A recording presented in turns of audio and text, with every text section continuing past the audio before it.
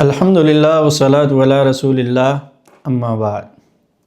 تمام تعریفیں اللہ سبحانہ و تعالیٰ کے لیے جس نے اپنا کلام نازل کیا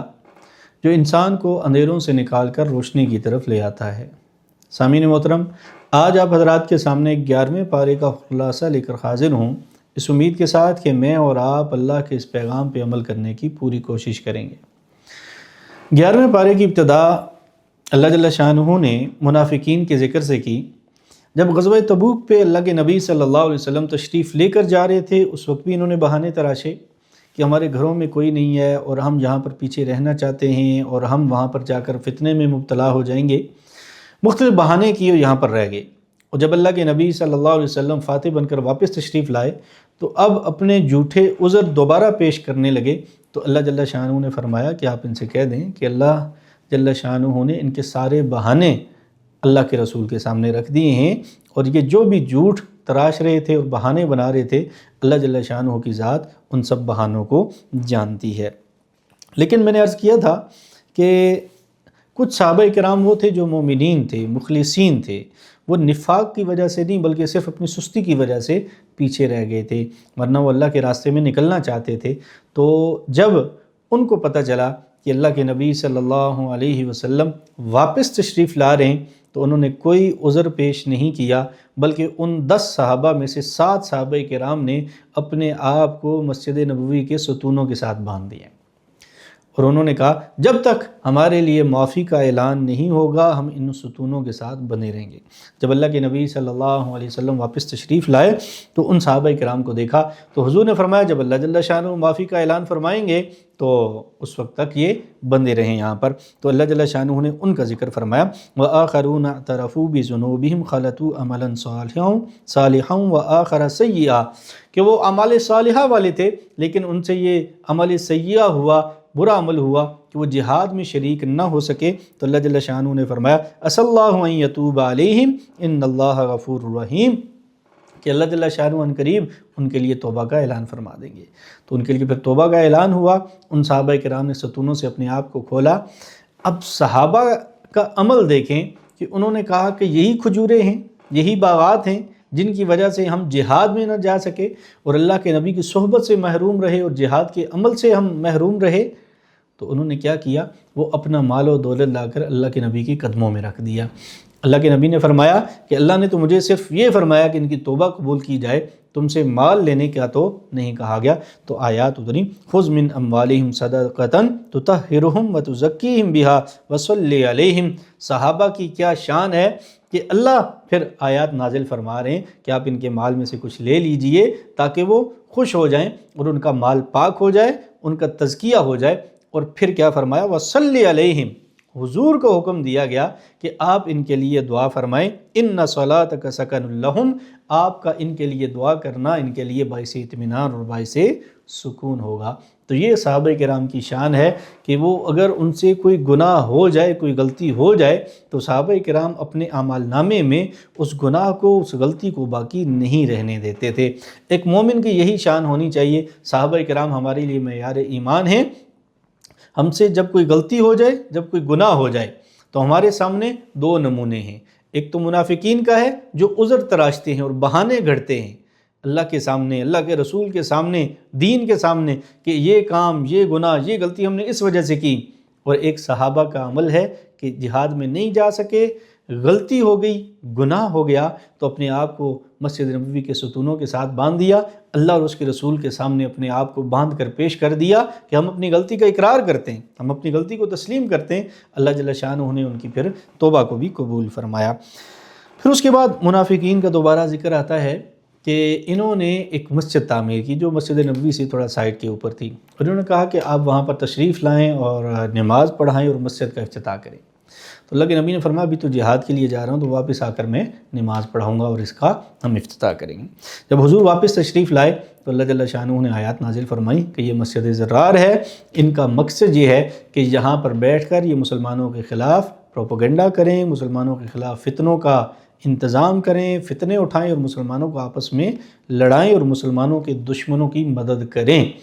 جب یہ ساری صورتحال اللہ کے نبی صلی اللہ علیہ وسلم کے سامنے آئی تو اللہ کی طرف سے حکم آیا کہ اس کو گرا دیا جائے، اور پھر فرمایا لَمَسْجِدٌ أُسِّسَ عَلَى التَّقْوَى مِنْ أَوَّلِ يَوْمٍ أَحَقُّ أَن تَقُومَ فِيهِ، کہ مسجد تو وہ ہوتی ہے جس کی بنیاد تقوی کے اوپر ہو۔ جیسے مسجد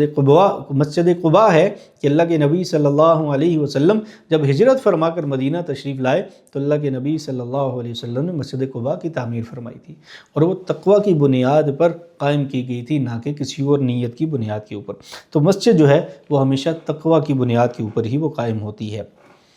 اب 10 صحابہ کرام میں سے 7 صحابہ کرام، ان کا تو ذکر پیچھے آ گیا کہ اللہ نے ان کی توبہ قبول فرما دی۔ یہ 3 صحابہ کرام تھے جو ان سے الگ تھے، اور جو اپنا عذر اللہ کے نبی صلی اللہ علیہ وسلم کے سامنے پیش کیا انہوں نے، تو اللہ کے نبی صلی اللہ علیہ وسلم نے ان سے اعراض فرمایا کہ اللہ کا ابھی آپ کے بارے میں کوئی حکم نہیں آیا۔ 40 دن تک یہ صحابہ کرام تڑپتے رہے، ان سے سوشل بائیکاٹ ہوا، پھر اللہ کے نبی نے فرمایا ان کی بیویاں بھی ان سے جدا ہو جائیں۔ پھر 50 دن گزرے، یہ 50 دن تک یہ 3 صحابہ کرام اللہ کے سامنے روتے رہے، گڑ گڑاتے رہے، اور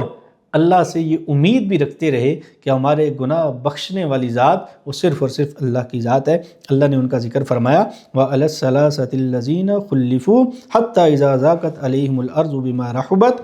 وَضَاقَتْ عَلَيْهِمْ أَنفُسُهُمْ وَظَنُّوا أَن لَّا مَلْجَأَ مِنَ اللَّهِ إِلَّا إِلَيْهِ ثُمَّ تَابَ عَلَيْهِمْ لِيَتُوبُوا إِنَّ اللَّهَ هُوَ التَّوَّابُ الرَّحِيمُ۔ اللہ نے فرمایا وہ جو پیچھے رہ جانے والے 3 تھے، اللہ نے ان کا ذکر کیا اور فرمایا ان کے اوپر زمین تنگ کر دی گئی تھی، یعنی کہ وہ زمین تنگ ہو گئی تھی ان کے اوپر۔ اللہ کے نبی ان سے ناراض، اللہ ان سے ناراض، صحابہ کرام جو ان کے دوست، رشتہ دار، ان کی بیویاں، سب نے ان سے سوشل بائیکاٹ کر دیا۔ گویا کہ ایک مسلمان، اس کی یہ کیفیت ہونی چاہیے کہ اگر اس سے اللہ اور اس کے رسول کی کوئی نافرمانی ہو جائے تو اس کی کیفیت یہ ہو جیسے زمین اس کے اوپر تنگ ہو گئی ہے، اتنا دکھ اور درد اس کے اندر ہونا چاہیے۔ اللہ نے یہ سب چیز ذکر کرنے کے بعد فرمایا وَظَنُّوا أَن لَّا مَلْجَأَ مِنَ اللَّهِ إِلَّا إِلَيْهِ، اس سب کے باوجود بھی ان کا یہ گمان تھا، ان کا یہ یقین تھا، ان کا یہ نظریہ تھا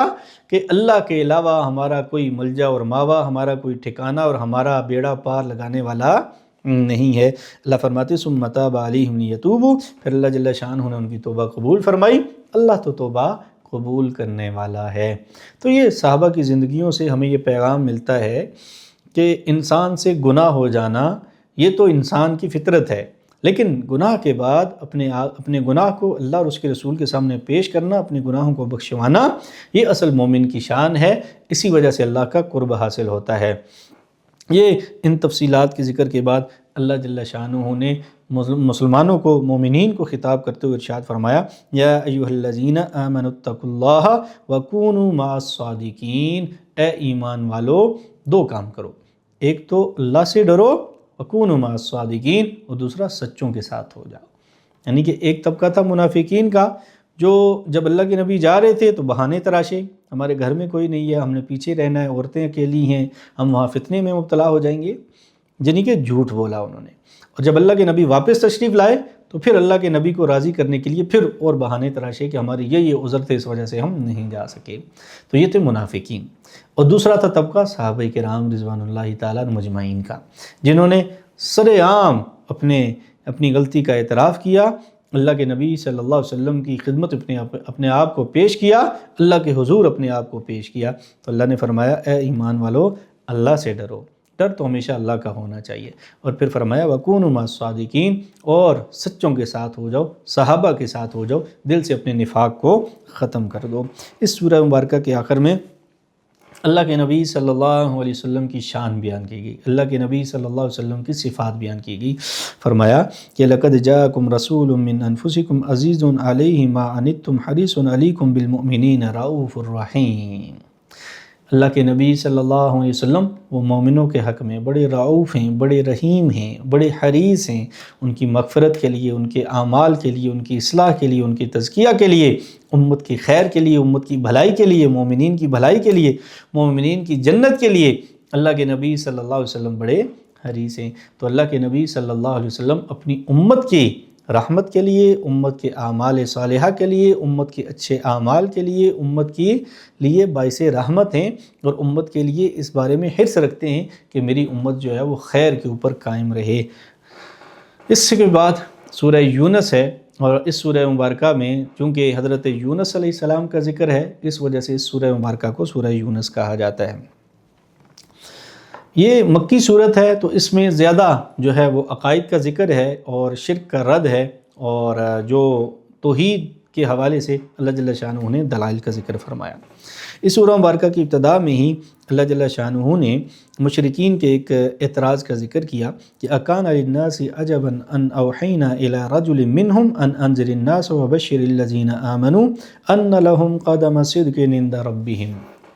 کہ یہ لوگ یہ کہتے ہیں کہ ہم میں سے ہی ایک بندہ ہے اور وہ بشر بھی ہے، اور وہ جو ہے ہمیں جو ہے وہ ڈراتا ہے اور جہنم سے ڈراتا ہے اور جنت کا شوق دلاتا ہے، تو یہ کیسے ہو سکتا ہے کہ ہماری طرح کا بندہ جو ہے وہ اللہ کا پیغمبر ہو؟ اللہ کا پیغمبر تو کوئی فرشتہ ہونا چاہیے۔ تو اللہ جل شانہ نے ان کی اس بات کا ذکر کیا اور اس کا جواب دیا۔ اس کے بعد قرآن کریم کے اوپر مشرکین کا اعتراض، اس کا اللہ جل شانہ نے ذکر فرمایا۔ وَإِذَا تُتْلَىٰ عَلَيْهِمْ آيَاتُنَا بَيِّنَاتٍ، جب مشرکین کے سامنے آیات بینات کی تلاوت کی جاتی ہے، قَالَ الَّذِينَ لَا يَرْجُونَ لِقَاءَنَا نَأْتِ بِقُرْآنٍ غَيْرِ هَٰذَا أَوْ بَدِّلْهُ، تو وہ کہتے تھے کہ قرآن کو بدل لیا جائے یا اس میں جو ہے تغیر تبدل کر دیا جائے۔ تو اللہ جل شانہ نے فرمایا قل، آپ فرما دیجئے، ما یکون لی ان ابدلہ من تلقاء نفسی، کہ میں تو اپنی طرف سے قرآن کو نہیں بدل سکتا کہ میں قرآن کو خود بدلوں، اس میں کوئی تغیر کروں، کوئی تبدیلی لے کر آؤں، اس کی تو مجھے اجازت نہیں ہے۔ ان اتبع الا ما یوحی الی انی اخاف ان عصیت ربی عذاب یوم عظیم، اللہ کے نبی آپ فرما دیجئے کہ میں تو وہی بیان کرتا ہوں، وہی آپ کے سامنے رکھتا ہوں جو مجھے وحی کیا جاتا ہے، اور اگر میں اپنے رب کی نافرمانی کروں تو مجھے بھی اپنے رب سے عذاب کا ڈر ہے۔ تو مشرکین جو ہے وہ تو اپنی منشا اور اپنی نفس پرستی وہ چاہتے تھے، تو وہ کہتے تھے قرآن تبدیل کر دیا جائے۔ اس سے آگے مشرکین چونکہ شرک کرتے تھے، یعنی کہ وہ کہتے تھے اللہ کی ذات ہے اور اللہ کو ہم مانتے ہیں، لیکن یہ جو بت ہیں، یہ جو چیزیں ہیں، یہ نعوذ باللہ ہماری جو ہے اللہ کی جو ہے وہ شریک ہیں، اور اللہ کے کاموں میں مدد کرتے ہیں، اور اللہ کی جو ذمہ داریاں ہیں، بارش ہے، بچے دینا ہے، اولاد دینا ہے، مدد کرنا ہے، نصرت کرنا ہے، نفع دینا ہے، نقصان دینا ہے، تو اس میں یہ نعوذ باللہ اللہ کے شریک ہیں۔ تو اللہ فرماتے ہیں قل، آپ فرما دیجئے، من یرزقکم من السماء والارض، زمین و آسمان میں جو رزق ہے وہ تمہیں کون دیتا ہے؟ وہ تو اللہ کی ذات دیتی ہے۔ امن یملک السمع والابصار ومن یخرج الحی من المیت ویخرج المیت من الحی، کہ تمہارے سمع کا، تمہارے کانوں کا، تمہاری آنکھوں کا مالک کون ہے؟ کون ہے جو زندہ سے مردہ اور مردہ سے زندہ کو نکالتا ہے؟ وہ کون ذات ہے؟ وہ اللہ کی ذات ہے۔ جب وہ اللہ کی ذات ہے تو اللہ کے ساتھ کسی اور کو شریک نہیں ٹھہرانا چاہیے۔ پھر فرمایا کہ یہ جو کہتے ہیں کہ اللہ کے نبی نعوذ باللہ اپنی طرف سے لاتے ہیں، تو اللہ کے نبی آپ فرما دیجئے قل فأتوا بسورۃ مثلہ وادعوا من استطعتم من دون اللہ ان کنتم صادقین، کہ اللہ کے علاوہ کوئی اپنا مددگار دیکھتے ہو تو اسے بلا لو، تم قرآن جیسی کتاب لے آؤ، تم کہتے ہو کہ یہ اللہ کے نبی صلی اللہ علیہ وسلم نعوذ باللہ اپنی طرف سے بیان کرتے ہیں۔ اس سے آگے فرمایا مشرکین کا ایک اعتراض تھا، وہ کہتے تھے کہ ہزاروں لاکھوں انسان ہیں، یہ مرتے جا رہے ہیں اور یہ مٹی میں مل رہے ہیں، اور جب یہ مٹی میں مل رہے ہیں تو کیسے پتہ چلے گا کہ کون سا ذرہ کون سے انسان کا ہے؟ تو دوبارہ اسے اٹھایا جائے گا۔ تو اللہ جل شانہ نے فرمایا وما یعزب عن ربک من مثقال ذرۃ فی الارض ولا فی السماء ولا اصغر من ذلک ولا اکبر الا فی کتاب مبین، اللہ کی کتاب میں، اللہ کے ہاں یہ ساری چیزیں لکھی ہوئی ہیں۔ زمین و آسمان میں چھوٹے سے چھوٹا ذرہ کیوں نہ ہو، بڑے سے بڑی کوئی چیز کیوں نہ ہو، یہ ساری کی ساری چیزیں اللہ جل شانہ کے ہاں لکھی ہوئی ہیں۔ انسان کا ایک ایک ذرہ وہ مٹی میں خلط ملت کیوں نہ ہو جائے، اللہ جل شانہ پھر بھی اس بات پہ قادر ہیں کہ وہ دوبارہ ان ذرات کو جمع کر کے انسان کو دوبارہ جو ہے وہ زندہ کر سکیں۔ اس سے آگے حضرت نوح علیہ السلام کا ذکر کیا، اور پھر اس کے بعد حضرت موسیٰ علیہ السلام کا ذکر کیا۔ نوح علیہ السلام نے اپنی قوم کو کتنے سو سال دعوت دی، اللہ کی طرف بلایا، اصلاح کی طرف بلایا، توحید کی طرف بلایا، لیکن چند گنے چنے گنتی کے لوگ ان کے اوپر ایمان لے کر آئے۔ پھر اس کے بعد حضرت موسیٰ علیہ السلام کا ذکر کیا کہ وہ ان کو فرعون کی طرف اور ان کی قوم کی طرف بھیجا گیا تو انہوں نے کیا کیا، فَاسْتَكْبَرُوا وَكَانُوا قَوْمًا مُجْرِمِينَ، انہوں نے تکبر کیا اور حضرت موسیٰ علیہ السلام، ہارون علیہ السلام کی دعوت پہ لبیک کہنے کے بجائے انکار کیا، اور فرعون نے حضرت موسیٰ علیہ السلام اور حضرت ہارون علیہ السلام کی دعوت کا انکار کر کے خود رب العلیٰ ہونے کا اعلان کیا۔ اللہ جل شانہ نے اس کا ذکر کیا، اور پھر اس کے بعد حضرت یونس علیہ السلام کی قوم کا ذکر کیا، اور اللہ نے فرمایا فَلَوْلَا كَانَتْ قَرْيَةٌ آمَنَتْ فَنَفَعَهَا إِيمَانُهَا إِلَّا قَوْمَ یونس، کہ یونس علیہ السلام کی قوم ایسی ہے کہ ان کو ان کے ایمان نے نفع پہنچایا۔ یہ ایک قوم ہے کہ جو عذاب آنے سے پہلے جنہوں نے توبہ کر لی، ابھی عذاب انہوں نے دیکھا نہیں لیکن پہلے انہوں نے توبہ کر لی تھی، تو اللہ جل شانہ نے ان کی اس توبہ کا ذکر کیا، ان کے اس ایمان کا ذکر کیا، اور فرمایا کہ یہ قوم جو ہے اس کو قومیں جو ہیں ان کو حضرت یونس علیہ السلام کی قوم سے سبق حاصل کرنا چاہیے کہ جب وہ نافرمانی کریں، گناہ کریں، غلطی کریں تو اس کے بعد اللہ کے عذاب کی آنے سے پہلے، اللہ کی پکڑ کے آنے سے پہلے معافی مانگ لینی چاہیے، توبہ کر لینی چاہیے۔ اس سورہ مبارکہ کے آخر میں اللہ جل شانہ نے اللہ کے نبی صلی اللہ علیہ وسلم کی ذمہ داری کا ذکر کیا، فرمایا قُلْ يَا أَيُّهَا النَّاسُ قَدْ جَاءَكُمُ الْحَقُّ مِنْ رَبِّكُمْ فَمَنِ اهْتَدَىٰ فَإِنَّمَا يَهْتَدِي لِنَفْسِهِ وَمَنْ ضَلَّ فَإِنَّمَا يَضِلُّ عَلَيْهَا وَمَا أَنَا عَلَيْكُمْ بِوَكِيلٍ، کہ آپ صلی اللہ علیہ وسلم فرما دیجئے اللہ کے نبی حق پیغام لے کر آ گئے، اب جو اس کو لے لے گا وہ ہدایت پائے گا، جو اس کو چھوڑ دے گا وہ گمراہ ہو جائے گا۔ وَمَا أَنَا عَلَيْكُمْ بِوَكِيلٍ، اور اس میں اللہ کے نبی صلی اللہ علیہ وسلم کا کام صرف اور صرف توحید کی دعوت دینے اور حق کی بات کرنا ہے۔ اللہ جل شانہ کہنے سننے زیادہ عمل کرنے کی توفیق عطا فرمائے۔